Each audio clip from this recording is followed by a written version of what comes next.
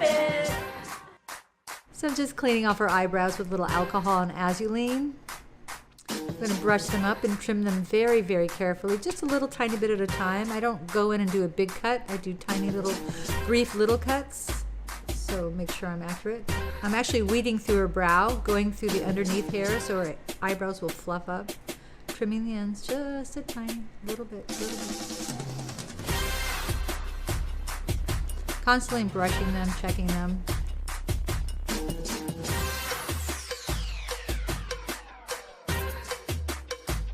So what I like to do is, when I'm doing a perfect brow, is I like to take my tweezers on the top part of the brow first and remove as much hair from the top to get a perfect line there, which helps create the line below.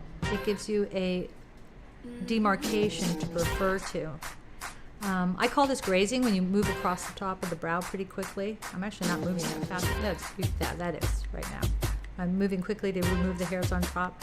Actually, what it does too is when you're tweezing somebody's eyebrows, it's soothing and it prepares them for underneath. Just fading it out a little bit with the blade. Just takes off the tiny fuzz off the skin. Doesn't really shave it. Checking the shape, trying to get them to be as close to each other as possible.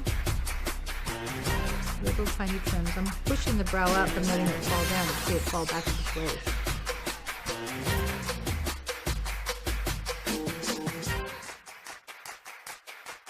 Just highlighting, it helps lift and define the brow without filling them in, and then it makes it easier for me to go back in and tweeze the fine hairs that I didn't see the first time around. So it has a double function.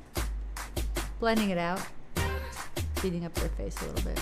Yeah, they love the feeling.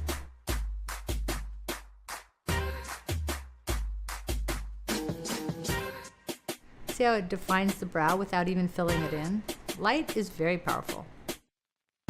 Really can structure something with light. It doesn't always have to use contour. Now I'm just using a neutral color pencil above her brow because her brow area got red. So I wanted to blend it out so it looks more like her skin tone.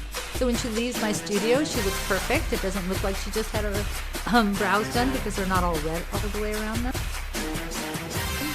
The nice thing about having your eyebrows tweezed is distinctly different than waxing. Waxing, you look like you've had it done. It's very severe, it's very sharp. The same thing with threading. When you tweeze, it's really detailed work. It's like one hair at a time. You're actually looking at the balance between the two brows and how to make them as uniform to each other as possible. Just removing some of the fluff, all the hairs that have fallen on her face from tweezing them. Rechecking, a little bit more cutting, a little bit more cutting. This kind of detail is what makes your brows perfect. Now I'm just adding a little bit of color, just a little flush of color. Just a neutral tone on her lid. Kind of a bronzy red that helps pop out the color of her eye. A little lip color, something quick and easy, something I have on my counter. I think I buff it out afterwards because I don't like it so intense on her. Yeah. Put a little gloss on, and then I buffed it out again. I mean, she's sweet and simple and pretty, and then she's just a little more perfected. Thanks so much, Christina.